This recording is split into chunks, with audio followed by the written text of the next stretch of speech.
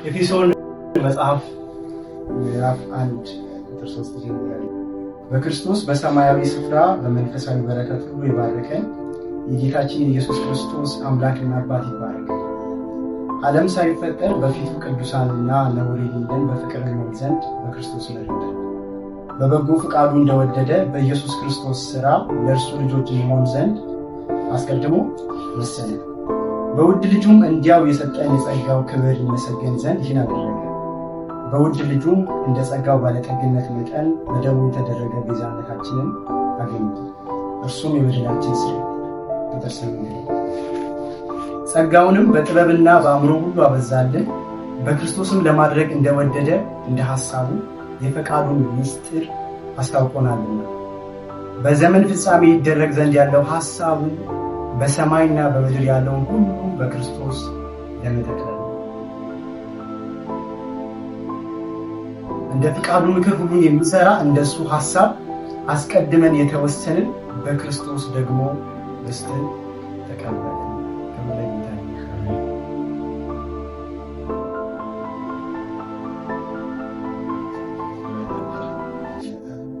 ግን ህብረት መቼ ነው የጀመረው? ህብረት መቼ አንድነት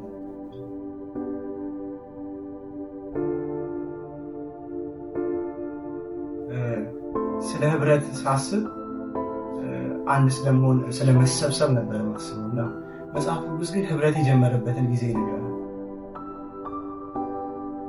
ሰማይና ምድር የሚታየው የማይታየው በምድር የሚታዩት ሁሉ ነገሮች ምንም የምናያቸው ነገሮች ፍጥረት ዓለም በዘፍጥረት መጽሐፍ ምዕራፍ 1 ላይ በመጀመሪያ እግዚአብሔር ሰማይና ምድርን ፈጠረ፣ ምድር ባዶ ነበር። እነዚህ ሁሉ ነገሮች ሳይኖሩ በፊት ህብረት ነበር። ከዛም በፊት ሰማይና ምድር አይደለም ከሰማይና ምድር ከመፈጠሩ በፊት የቀደሙ ፍጥረታት ነበሩ። የእግዚአብሔር ፍጥረታት የማይታዩ ፍጥረታት መላእክት የምንላቸው ፍጥረታት እነሱ እንኳን ካለመኖር ወደ መኖር ሳይመጡ በፊት ህብረት ነበር። ህብረት መቼ የጀመረው የሚባልበት ጊዜ በውል አይታወቅም። ይህኔ ነው የጀመረው ማለት አንቺ። ምክንያቱም እግዚአብሔር መቼ ነው የጀመረው ስንል መልስ ስለማለት እኛ የምናመልከው አምላክ ያለ የነበረ ደግሞ ምን የሚል ነው የሚኖር። መኖር የጀመረበት ጊዜ መቼ ነው? ያለ ነው ምንድነው? እግዚአብሔር ያለ የነበረ የሚኖር ነው እንጂ የጀመረ የሚባልበት ቀን ነው። ለዛ ነው በዮሐንስ ወንጌል ምዕራፍ 1 ላይ በመጀመሪያ ምን ነበረ? ቃል ነበረ። እና እኛ ክርስቲያኖች ደግሞ ስለ ትሪኒቲ እናውቃለን፣ ስለ ስላሴ እናውቃለን፣ በስላሴ እናውቃለን። ይሄ ህብረት የነበረው በመጀመሪያ በእግዚአብሔር ዘንድ ነው። በሶስትነት እንትነት እግዚአብሔር አምላክ ስንት አካላቶች አሉ? ስንት አካላት? ሶስት። በአካል ስንት እየለየን ይደርስ? ስንት አካል? ሶስት። በስም ስንት? በመለኮት ግን ስንት? የልዩነት አንድ ነው። እግዚአብሔር በዘላለም ውስጥ በዛ ጥንት ውስጥ ብቻውን አይነበርም። በስላሴ እናውቃለን። ሙሉ ባናውቅም ባንችል መጽሐፍ በገለጠልን እግዚአብሔር ባበራልን ልክ እናውቃለን። ከመታወቅ የሚያልፍ እውቀት ስለሆነ ነገር ግን የሶስትነት አንድነትን እናያለን። በስም ሶስት፣ በአካል ሶስት፣ በመለኮት በግብር አብ ያለ ወልድ ብቻውን አምላክ፣ ግማሽ አምላክ አይደለም ሙሉ አምላክ እና በዘላለም ውስጥ ምንም ነገር በሌለበት እግዚአብሔር ብቻውን በህብረት ነበር።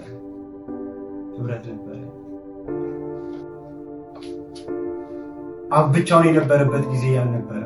አብ አባት ነው፣ ወልድ ልጅ ነው ስንል ወልድ ከጊዜ በኋላ የመጣ ማለት አይደለም። ከአብ እኩያ ልጅ ነው።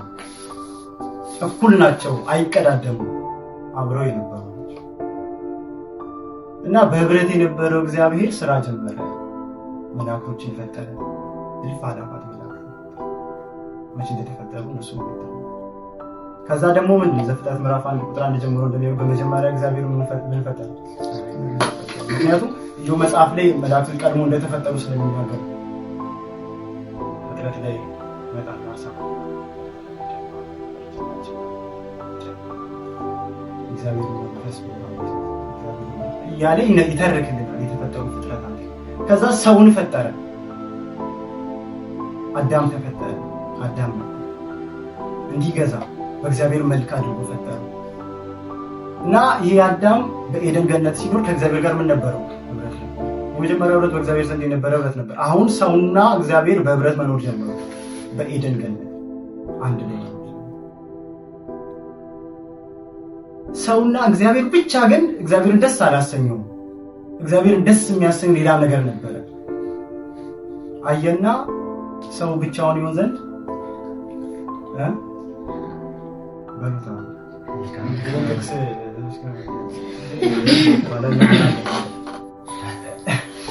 ብቻውን አይደለም ብሎ ሴትን ፈጠረ። እግዚአብሔር የሚፈልገው ህዝብ ጋር ህብረት ማድረግ። ህዝቦች በራሳቸው ህብረት ሲያደርጉ ማየት ይፈልጋል። እንደገና ከራሱ ጋር ደግሞ ህብረት ሰው እንዲያደርግ ይፈልጋል። እግዚአብሔር በአጠቃላይ ምን ይፈልጋል ማለት ነው? ብቸኝነትን አይወድም ማለት ነው። ሰው ብቻውን እንዲሆን አይፈልግም። ሰው ከሱ ጋር ብቻውን ሪሌሽንሺፕ እንዲኖረን ማለት ነው። እኔ ከጌታ ጋር ብቻ ነው ሪሌሽንሺፕ፣ ምንም ሰው አያስፈልገኝም እንድንል አይፈልግም። ከሰዎች ጋርም ህብረት እንድናደርግ ይፈልጋል። እንደገና ደግሞ ከሰዎች ጋር ብቻ ህብረት እንድናደርግ አይፈልግም። ከሰዎች ጋር ሆነን ከሱ ጋር ህብረት እንድናደርግ ይፈልጋል። እና የሚያምር ህብረት ነበር አዳምና ሔዋን እግዚአብሔር ጋር ንጹህ ጤነኛ የሆነ ነቀፋ የሌለበት ህብረት ነበር። ግን ያው እንደምታውቁት ወታለ የወደቀ መልአክ ነበረ መጥቶ ከእግዚአብሔር አጣላቸው አይደለ?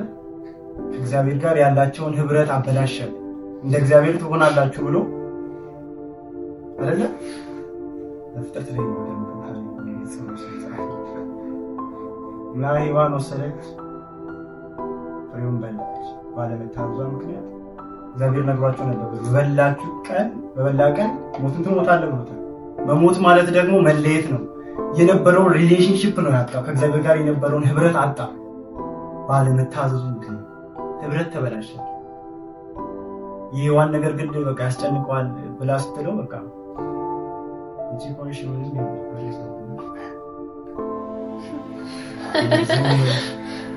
ሚስቱ ናት ይሁን ችግር አለ ምናምን አለ በቃ ቀድመው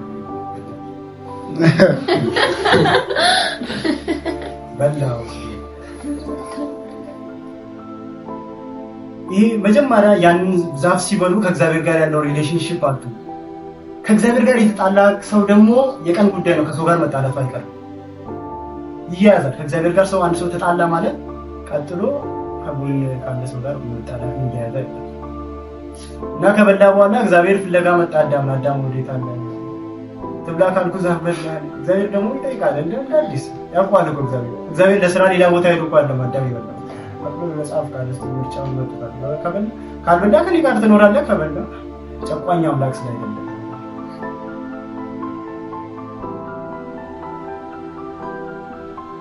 በላ ከእግዚአብሔር ጋር ያለው ሪሌሽንሺፕ አለ። ከዛ እግዚአብሔር ጠየቀው፣ በላ አንተ የሰጠኸኝ እሷ አሳተችኝና በላ። እሷ በዚህ ሰዓት ሔዋን ምን የምትለው ይመስላችኋል? ወንድ የኔ ባል ነው የምትለው? አኮራኝ ነው የምትለው? እሷ ናት እያለ ሲያሳብብ ሰላም ይሆናል መካከላቸው ያለው ግንኙነት? ቀጠለ ማለት ነው። ከእግዚአብሔር ጋር የተጣላው ሰው አዳም ከማን ጋር መጣላት ጀመረ? ከሚስቱ ጋር። ቅድም አንቺ ገሰጠሽ ለላለሽ አሁን ችግር ውስጥ ሲገባ አንቺ ቆንጆ ደግሞ አንተ የሰጠኸኝ እግዚአብሔር የፈጠረው ህብረት ላይ መልካም አድርጎ የሰራው ነገር ይህን የመሰለ እግዚአብሔር ዋጋ የሚከፍልበት ህብረት ጤነኛ የሆነ ህብረት ነበር፣ ተስተካከለ ህብረት ነበር እና የእግዚአብሔር ሐሳብ ደግሞ የእግዚአብሔር እቅድ፣ የእግዚአብሔር መሻቱ፣ የእግዚአብሔር ጥማቱ ዋና ነገሩ ህብረት ነው።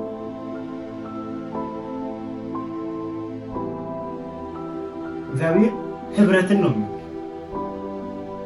ደስ ይላል እግዚአብሔር በህብረት። ነገር ግን የሚወደውን ነገር መቼም ሰይጣን የእግዚአብሔር ተቃራኒ መሆን እግዚአብሔር ከተቃረነ ደስታው ምንም ይፈጠር ምን እሱ ጉዳይ አይሰጠው። ይሳካልም አይሳካልም በአንተ ስኬት እግዚአብሔር የሚያዝን ከሆነ ይሳካል ያደርጋል። ችግር የለበትም። ያንተ ስኬት አይደለም ይሄ ጉዳይ፣ የእግዚአብሔር ማዘን ጉዳይ ነው። ያንተ ማልቀስ ጉዳይ ሰይጣንን ሞርም አሳስበው። ግን በአንተ ማዘን እግዚአብሔር ያዝናል ወይስ ይደሰታል? አበላሽ ነው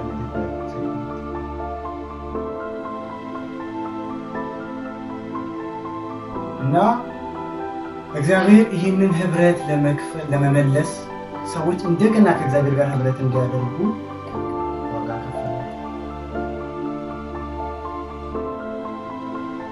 አሁን ባነበብኩት ክፍል ውስጥ ዓለም ሳይፈጠር በፊቱ ቅዱሳንና ያለ ነውር እንድንሆን በፊቱ ከሱ ጋር ልጆቹ እንድንሆን አብረነው እንድንኖር እንደውም ጭራሽ ስለ ሚስጥር ያወራል አይደለ? የፈቃዱን ምን አስታወቀ ነው? ሚስጥር አስታወቀ። ሚስጥር ማለት ምንድን ነው? ለሩቅ ሰው ነው ሚስጥር ነገር። ለሩቅ ሰው ሚስጥር አይነገር። እግዚአብሔር አቀርበው ሚስጥር መናገር ሁላ የሚፈልገው አብሮ ማኖር ነው የሚፈልገው። ግን ከላይ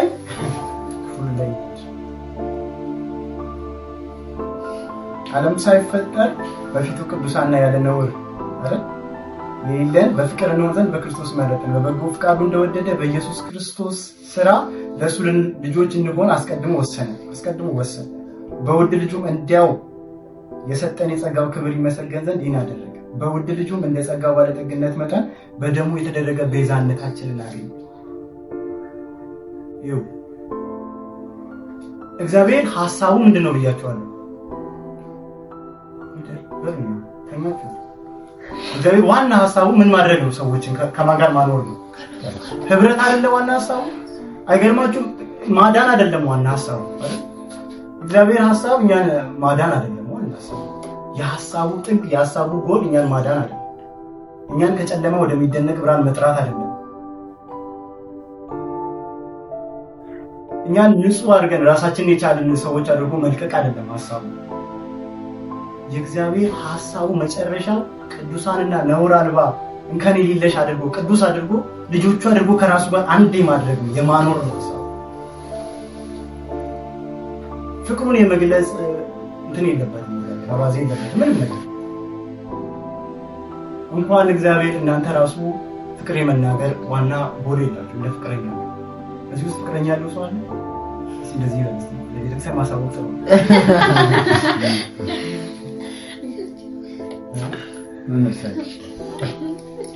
በጣም ተያያችሁ። ጥሩ ነው። ህብረት እሺ።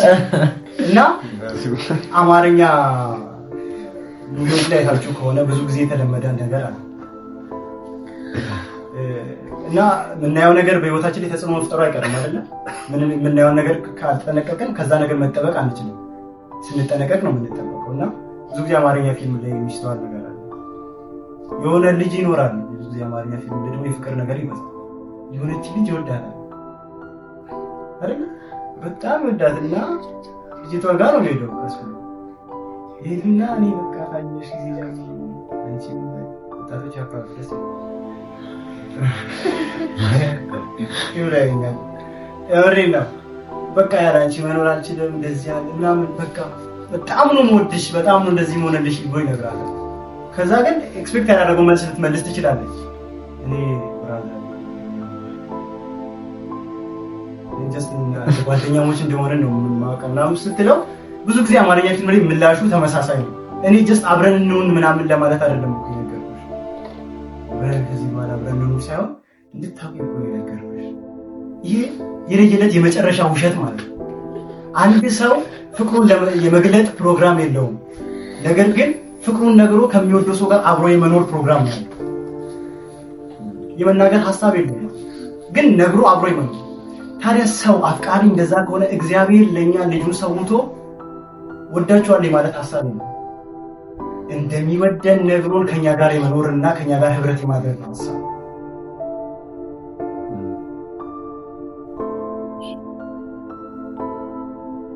የእግዚአብሔር ሐሳብ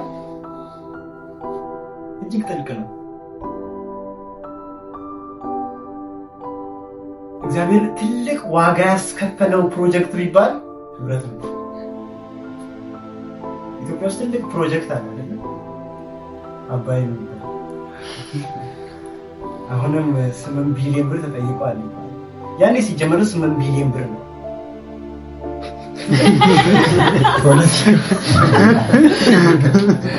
ሲጀመር በ8 ቢሊዮን ብር ያልቃል ተብሎ ነው ፕሮጀክት። አሁን 8 ቢሊዮን ብር በመሀል የወጣው ወጪ አለ።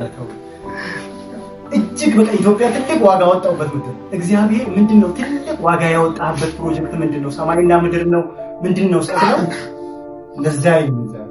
እግዚአብሔር ትልቅ ዋጋ የከፈለበት ፕሮጀክቱ ህብረት ነው። ምንድነው የከፈልከው ስትል በእቅፍ ያለው አንድያ ልጅ ነው። ምትኬ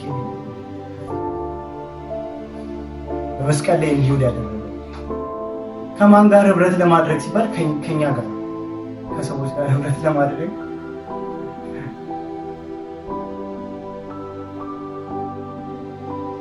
ምን ለእግዚአብሔር ኢምፖርታንት እንደሆነ ህብረት ነው። መንፈስ ቅዱስንም የሰጠን አንድ እንድንሆን ዘንድ ነው አይደል? ከወጣበት ሳይል ላይ በገባበት ውስጥ የሚያድረው መንፈስ ቅዱስ እንዲህ ሊያያይዘን እኮ ነው፣ አንድ ሊያደርገን እግዚአብሔር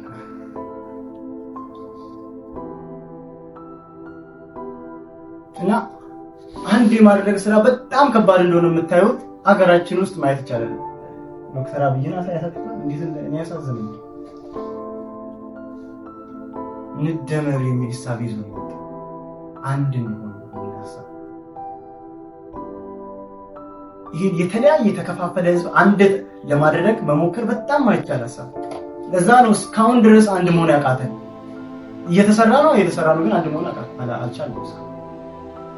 እኛም በራሳችን አንድ መሆን አንችልም። ከኛ አቅም በላይ ስለሆነ አንድ የሚያደርገን ልጁን የላከልን እግዚአብሔር ለዛ ነው መጽሐፍ ሲናገር ከክርስቶስ ጋር ስትሆኑ ዘንድ አንድ ትሆኑ ዘንድ የተጠመቃችሁ ሁላችሁ ማንን ለብሳችሁ ነው? ክርስቶስ ለብሳችሁ።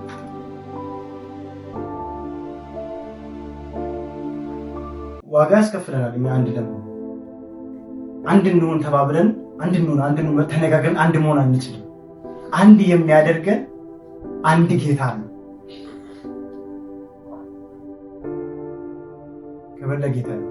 እየሰማችሁኝ ነው አይደል? ከእግዚአብሔር ቅድም ብያችኋለሁ። ከእግዚአብሔር ጋር ያለውን ፌሎሺፕ ከእግዚአብሔር ጋር ያለውን ህብረት አንድ ሰው ካጣ ቀጥሎ ከማን ጋር ያለውን ያጣል? ከሰው ጋር ያለውን ያጣል። ወንድሙ መግደል። ከእግዚአብሔር ጋር ግን የተሳካለት ነቀፋ የሌለበት ጤነኛ የሆነ ሪሌሽንሺፕ ሲኖረው ቀጥሎ ከማን ጋር? ከሰው ጋር። ቀድመን እንዲህ ስለኛ ህብረት ከማውራታችን በፊት ከእግዚአብሔር ጋር ያለን ህብረት ትክክለኛው ምንጩ መስተካከልና መጣራት አለ።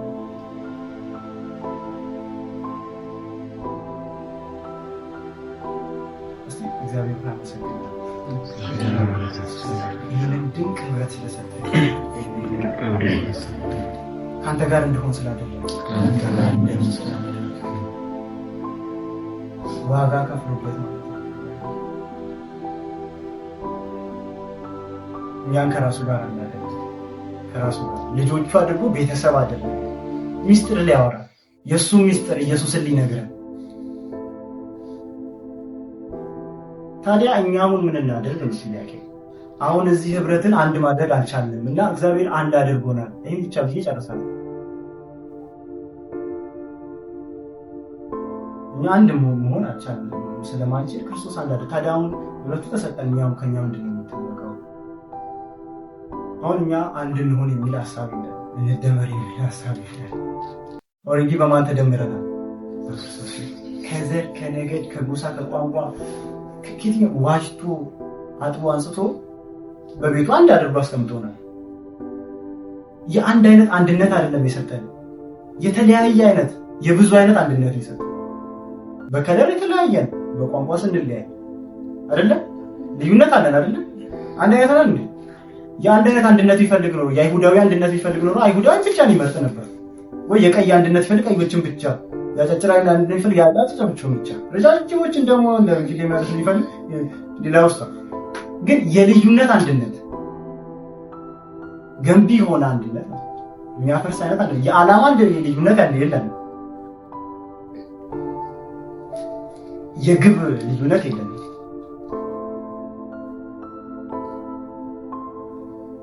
እግዚአብሔር የተመሰገነ ይሁን። አንድ አደረገ። አንድ ሆነ ማንችለውን እኛ አንድ አደረገ እና ታዲያ እኛ አንድ ለመሆን ምንም ማድረግ አይጠበቅብን ከሆነ ክርስቶስ ይሄንን ስራ በማመን ብቻ ኢየሱስ ክርስቶስን እንደ ግል አዳኝ አድርጎ በመቀበል ብቻ ይህንን ህብረት ካገኘን በዚህ ህብረት ውስጥ ከገባን በዚህ ህብረት ውስጥ ከተሰካን ታዲያ ከኛ ምንድነው የሚጠበቀው? እግዚአብሔር ሀብቴ የሚለው ነገር ይሄ ከሆነ ዋጋ ያወጣበት ነገር ህብረት ከሆነ ጨረሰው እሱ። ታዲያ ከኛ ምንድነው የሚጠበቀው? እግዚአብሔር የሰጠንን ህብረት መጠበቅ ነው። ምን አልኩ? እግዚአብሔር የሰጠንን ህብረት መጠበቅ ጥበቃ እንደዚህ ይባላል አይደል? ድሮም በደርግ ዘመንም አሁንም ነው መሰለኝ ሲቪል ሰው ኖርማል ሰው ሽጉጥ መያዝ ይችላል። አሁን ይቻላል አይደል? ማንም ሰው ሽጉጥ መያዝ ይችላል። በቀዳም ኢትዮጵያ ውስጥ አይቻልም ማለት ውጭ ሀገር ይቻላል። መግዛት ሱቅ ሄደህ መሸጥበት አለ ይገዛል። እዚህ ግን ይቻላል አይቻልም። ሁሉም ሰው ሀብታም ከሆንክ ግን ፍቃድ ካለክ ምን አድርግ ትችላለህ? ዝም ብለህ አትችልም። ምን ሲኖር ነው የምትይዘው? ሀብት ሲኖር፣ ንብረት ሲኖር፣ እንትን ሲኖር፣ የሆነ ነገር ዕቃ ሲኖር፣ የሚዘረፍ ነገር ሲኖር ፍቃድ አውጥተህ ምን ይኖርሃል? ምን ይኖርሃል? ምክንያቱ ለምንድን ነው ተብሎ ሲጠየቅ ምን አለክ? ከጀርባ ሀብት አለ። ሀብት ባለበት ደግሞ ምን ሊኖር ይችላል? ምን ሊመጣ ይችላል? ሌባ ሊመጣ ይችላል። ሀብት ነው። አሁን እኛ ክርስቲያኖች እንደዚህ አይነት ሀብት የለንም፣ ብር ወርቅ የለንም። ሚዘረብ ቤተክርስቲያን እኛ ጋር ዋና ምን በጣም ትልቅ ዋጋ የተከፈለበት ሊዘረፍ የሚችል ነገር ምንድነው? ሀብታችን ምንድነው ሲባል እግዚአብሔር ይስጠን። ሀብት ምንድነው? አንድነታችን፣ ህብረታችን። ይሄ ህብረታችን ሀብታችን ነው። ከእግዚአብሔር ጋር ያለ ሪሌሽን ሀብት ነው። ምክንያቱም ምንድነው የተከፈለበት? 8 ቢሊዮን ብር ነው። እንዳባይ አባይ እንኳን 8 ቢሊዮን ብር ምናምን ያው ወጪ ከወጣበት በኋላ ፕሮጀክቱን ተውት ይሄዳሉ እንዴ? አሁን ብትሄዱ አባይ ማንም የለም ሰው እዛ አካባቢ ምን አለ? ልዩ እንቅስቃሴ ብታደርግ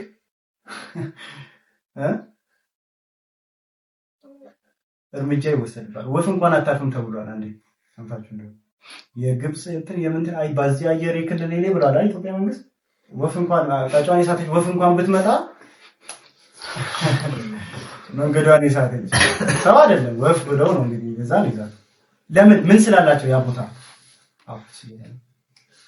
ብዙ መዋይ ስለተከፈለበት አሁን ያለን ህብረት እግዚአብሔር ለኛ ሀብት ነው። በሽጉጥ የማንጠብቀው ሀብታችን ነው። በተለያየ በመትረየስ ነው፣ በተለያየ ጦር መሳሪያ፣ በታንክ፣ በኒውክሌር የማንጠብቀው ሀብታችን ነው። ግን የምንጠብቅበት መንገድ አለን፣ መሳሪያ አለን። ምንድነው እሱ? ኤፌሶን መጽሐፍ ምዕራፍ 4 ላይ ይላል ቁጥር 2 ምዕራፍ 4 ቁጥር 2 እስቲ አንድ ላይ እናንብበው። በትህትና 1 2 3 በትህትና ሁሉና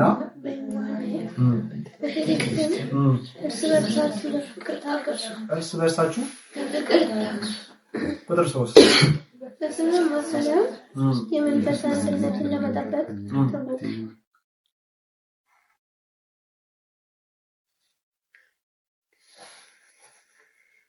ስለዚህ ህብረት ይሄንን ህብረት የምንጠብቅበት አንደኛውና ዋነኛው ነገር ቁጥር 2 ላይ እንደሚለው በትህትና ብሎ ይጀምራል። በትህትናና ነው የሚለው አይደል? የመጀመሪያው ምንድነው? መሳሪያችን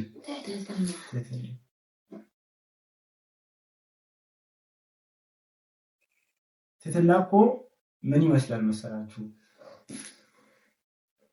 አንድ ሰው መብቱን ማስከበር እየቻለ መጋፈጥ እየቻለ እንትን ማለት እየቻለ ሰዎች ሲያዩት ዝም ሲል አቅመ ቢስ የሆነ ይመስላል። በብዙ ሰዎች ዘንድ ትህትና ጥሩ አመለካከት የለውም። ትሁት መሆን ምስኪን የሆነ ሰው ነው የሚመስለው።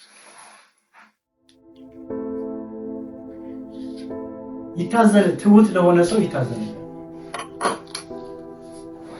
ይጨክንበታል። ራሱ ምንም አያመጣም።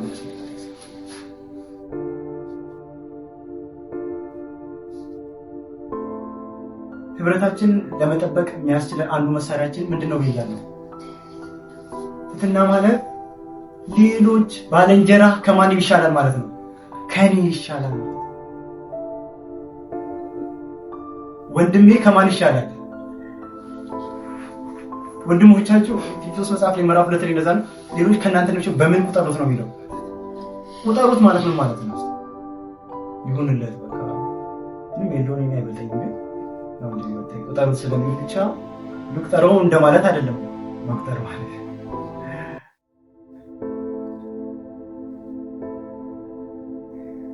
ኤልያስ ከኔ ይሻላል ብዬ በቁጥር መቁጠር ማለት እንደ ሂሳብ ነው፣ እንደ አካውንቲንግ እንደማለት ነው። አንድ ነገር ቁጠር ስትባል ነው ቁጠርና ድረስበት ልኩን ወቅ ማለት ነው እንጂ በቃ ጀስት ነው በቃ እንደዛ ነው በቃ እንደዛ አስብ እንደማለት አይደለም። ቁጠር ማለት አይደለም። ስትቆጥረው ቁጠረውና ወቀው። የምር ኤላን ከኔ ይሻላል ወይ ብዬ በቁጥር በትህትና በቁጥር ኤላ ከኔ ይሻላል። ግን በጣም የሚገርመው ነገር ኤላ እሴ ከኔ ይሻላል ብሎ በትህትና ሲቆጥር እኔ ከሱ ይሻላል።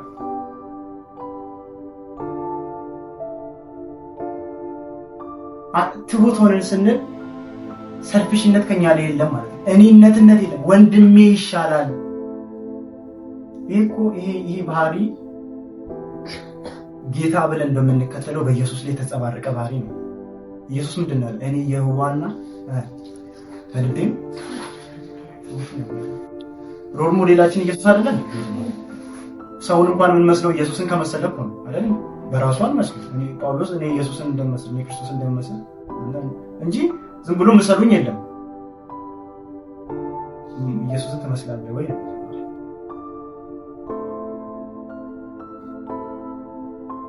በክርስቶስ ኢየሱስ የነበረው ይህ አስተሳሰብ በማን ዘንድ ነው? እሱ አምላክ ሆኖ ሳለ በቃ በትህትና ከአብ ጋር እኩል ባለስልጣን ነው። እኩል እኮ ነው። ልጅ ስንል ታናሽ አይደለም እያልን ነው አይደል? እሱም አምላክ እኮ ነው። ባለሙሉ ስልጣን እኮ ነው። እሱ የእግዚአብሔር ክብር ነጸብራቅ የባህሪው ትክክለኛ ምሳሌ እኮ ነው። በቃ ሁሉን በስልጣኑ ቃል ደግፎ ይዟል ይላል አይደል? ዕብራውያን መጽሐፍ አምላክ እኮ ነው። ግን ትህትናን ከሱ ህይወት ስለምንድማር ኢየሱስ መጽሐፍ ላይ ምዕራፍ 2 ላይ እንደ ሰው ተገኝቶ ራሱን ምን አደረገ? እስከ መስቀል ሞት የታዘዘው ነው። አምላክ መሆን መተካከል እንደመቀማት ሳይቆጥር የባሪያ መልክ ይዞ በሰው አምሳል ተገኝቶ ራሱን ዝቅ አለ። ህብረታችን በጣም መጠበቅ የምንችለው በመሳሪያ እንጠብቅ። እርግጥ እኮ ነው ምናምን ብለሽ በዛት ነው። ህብረት የሚጠበቀው በምንድን ነው? መጀመሪያ በትህትና ድምጻችሁን ከፍ አድርጉ እስኪ። ጌታ ይመስገን። ይሄ የተወደደ ህብረት ነው። ትህትና የተሰበተ ህብረት። ሁለተኛው ምንድን ነው? የዋህነት። ከዛ ምን አለ? ህብረት ውስጥ ነው። እነዚህ ባህሪያቶች ናቸው ምን እንጠብቅበት ከኛ የሚጠበቁ ናቸው። እርስ በርሳችሁ በፍቅር ታገሱ። በሰላም ማሰሪያ የመንፈስ አንድነት ለመጠበቅ እና እግዚአብሔር ጋር ያለን ሪሌሽንሺፕ በእነዚህ ነው የምንጠብቀው። እነዚህ ነገሮች ህብረታችን ላይ የሚንጸባረቁ ከሆነ ህብረታችን የተጠበቀ ይሆናል። እነዚህ ነገሮች በጎደሉ ቁጥር ህብረታችን መናጋት ይጀምራል። መበላለጥ ስንጀምር፣ መታገስ ሲያቅተን አሁንማ ይበቃል የኔ ጊዜ ነው ማለት ስንጀምር ህብረት እየተናገረ ብቻዬን ልሁን ማለት አይቻልም። መጽሐፍ እንደሚል ሰዎች አሁን ይዘን ወንድሞች ደግሞ በህብረት ቢሆኑ ደግሞ ምን ያለ ነው ያማረ ነው። ደግሞ ሌላ ዝም ብሎ ስብስብ ውስጥ እንግባም አይባልም።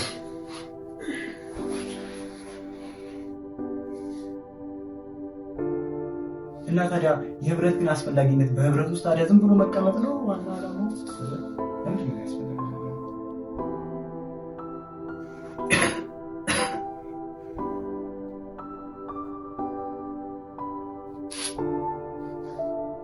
ጌታ ይመስገን።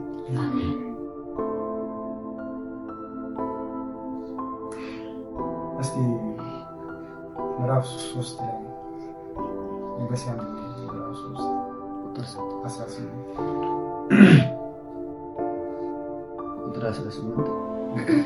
ከቅዱሳን ሁሉ ጋር ስፋቱና ርዝመቱ ከፍታው ጥልቀቱ ምን ያህል መሆኑን ለማስተዋል ከመታወቅም የሚያልፈውን የክርስቶስን ፍቅር ለማወቅ ተበረቱ ዘንድ እስከ እግዚአብሔር ፍጹም ሙላት ደርሳችሁ ተሞሉ ዘንድ ቀጥል ልክ ሲጀምር ወደ ነው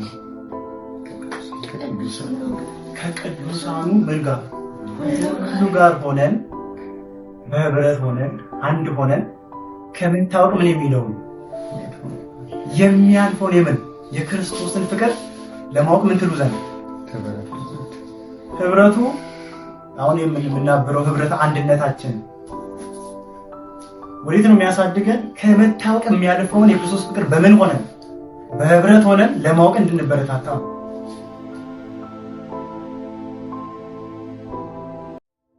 እግዚአብሔር የሚወደው ህብረት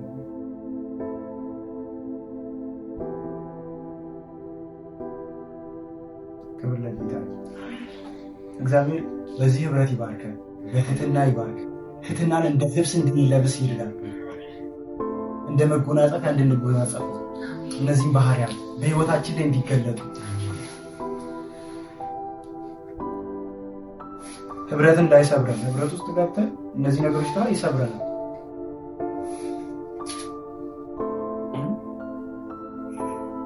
እግዚአብሔር መልካም ነው ያለ ነገር እኛን ሲጎዳን እንዳይገኝ፣ ስናዝንበት እንዳይገኝ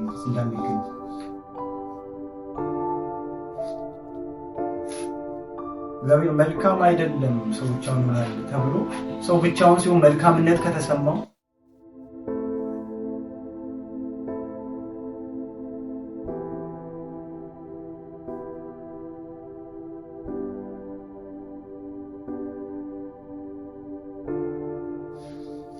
እግዚአብሔር ማስተዋል ይስጣል።